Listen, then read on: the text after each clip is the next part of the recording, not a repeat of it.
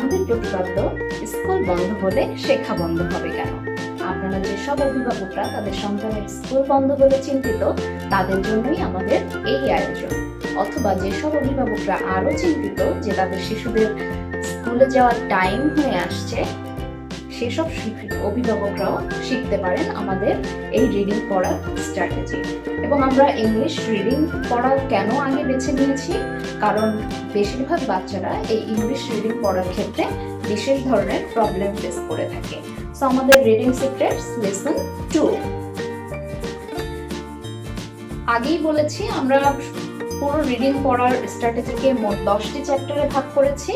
ফনিক sound, word families, blends, long vowel, diphthong, diagraph, R control vowel, এরকম 10টি chapter. এবং প্রত্যেকটি চ্যাপ্টার ধাপে ধাপে আপনার বাচ্চাকে শিখতে হবে। কোনোটা বাদ দিয়ে কোনোটা শিখলে তাহলে সেটা তার রিডিং পড়া শেখার ক্ষেত্রে হেল্পফুল হবে না। সো আমরা ছিলাম chapter 1, introduction of naming and phonic sound. আমি আবার রিপিট করব, আগের লেসনেও বলেছি আপনার বাচ্চার রিডিং পড়া শেখার জন্য বর্ণমালার নাম এবং ফনিক সাউন্ড এর পার্থক্য বোঝাটা খুব দরকার। যা আমরা বেসিক্যালি সবসময় ভুল করে থাকি, যে বাচ্চাকে বর্ণমালার নাম এবং ফনিক সাউন্ডের পার্থক্যটা বোঝাই না, যার ফলে সে ইংলিশ রিডিং পড়ার ক্ষেত্রে বিভিন্ন ধরনের সমস্যার সম্মুখীন হয়। সো ইংরেজি বর্ণমালাতে 26টি বর্ণ আছে। এদের প্রত্যেকটির আলাদা নাম এবং সাউন্ড বা উচ্চারিত শব্দ আছে, যাকে বলা হয় ফনিক সাউন্ড। সো ইংরেজি বর্ণমালার প্রত্যেকটির আলাদা নাম আছে এবং এর আলাদা সাউন্ড আছে, যাকে বলা হয় ফনিক সাউন্ড। বাংলা বর্ণমালাতে এই ফনিক সাউন্ডটি নাই বলে ইংরেজি বর্ণমালা বা ইংরেজি রিডিং পড়ার ক্ষেত্রে আপনার বাচ্চাকে সর্বপ্রথম শিখতে হবে এই ফনিক সাউন্ড। আমরা আগের লেসন 1-এ যেটা শিখে ফেলেছি, A B C D E, আমরা লেসন 1-এ শিখেছি। সো আজকে আমরা শিখব আরো নতুন কয়েকটি লেটার বা বর্ণ। এবং আপনারা যদি লক্ষ্য করুন, এখানে আছে বর্ণ, এখানে আছে এই বর্ণটির নাম এবং এখানে আছে ফনিক সাউন্ড। আমরা সবসময় যেটা করে থাকি যে এই বর্ণর নাম আমরা বাচ্চাকে শেখাই, কিন্তু এই ফনিক সাউন্ডটি আমরা আলাদা করে বাচ্চাকে শেখাই না, যার কারণেই বাচ্চাটি রিডিং পড়তে বিভিন্ন ধরনের সমস্যার সম্মুখীন হয়। সো আমি আপনাদের সুবিধার্থে বাংলায় লেখাগুলো লিখেছি। যেমন এই বর্ণটির নাম হচ্ছে এফ, কিন্তু এটার উচ্চারিত শব্দ হচ্ছে ফা ফা। এই বর্ণটির নাম হচ্ছে জি, এটার ফনিক সাউন্ড হচ্ছে গা। এই বর্ণটির নাম হচ্ছে এইচ, কিন্তু এটার উচ্চারিত শব্দ বা ফনিক সাউন্ড হচ্ছে হা। এই বর্ণটির নাম হচ্ছে আই, কিন্তু এটার ফনিক সাউন্ড হচ্ছে ই। এই বর্ণটির নাম হচ্ছে জে, এটার ফনিক সাউন্ড হচ্ছে যা।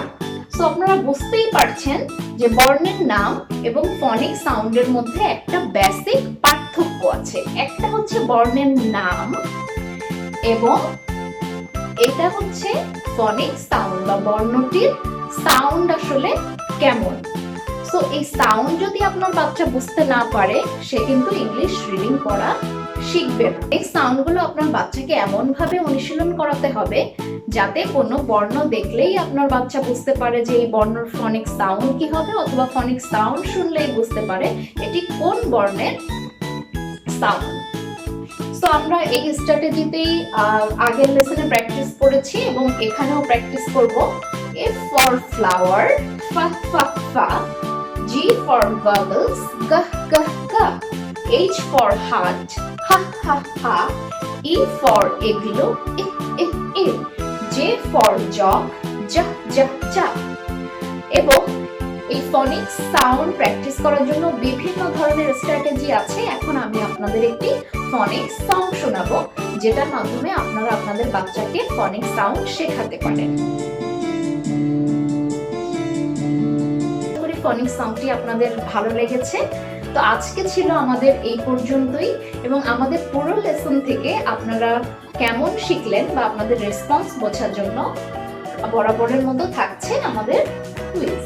আজকের কুইজ, জি এর ফনিক সাউন্ড কোনটি? অপশন 1 জি, অপশন 2 গি, অপশন 3 যা, অপশন 4 গা। সো আপনারা আমাদের ফেসবুক পেজের কমেন্টে অপশন 1, 2, 3 or 4 লিখলেই আমরা বুঝে যাব আপনারা কোন অপশনকে মেনশন করেছেন।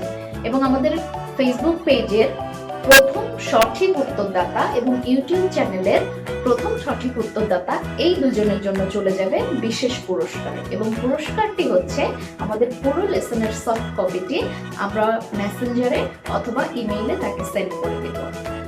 আমাদের ফেসবুক পেজ লাইক করবেন এবং শেয়ার করবেন যাতে অন্য অভিভাবকরাও এই লেসনগুলো দেখতে পারে এবং তাদের সন্তানকে শেখাতে পারে।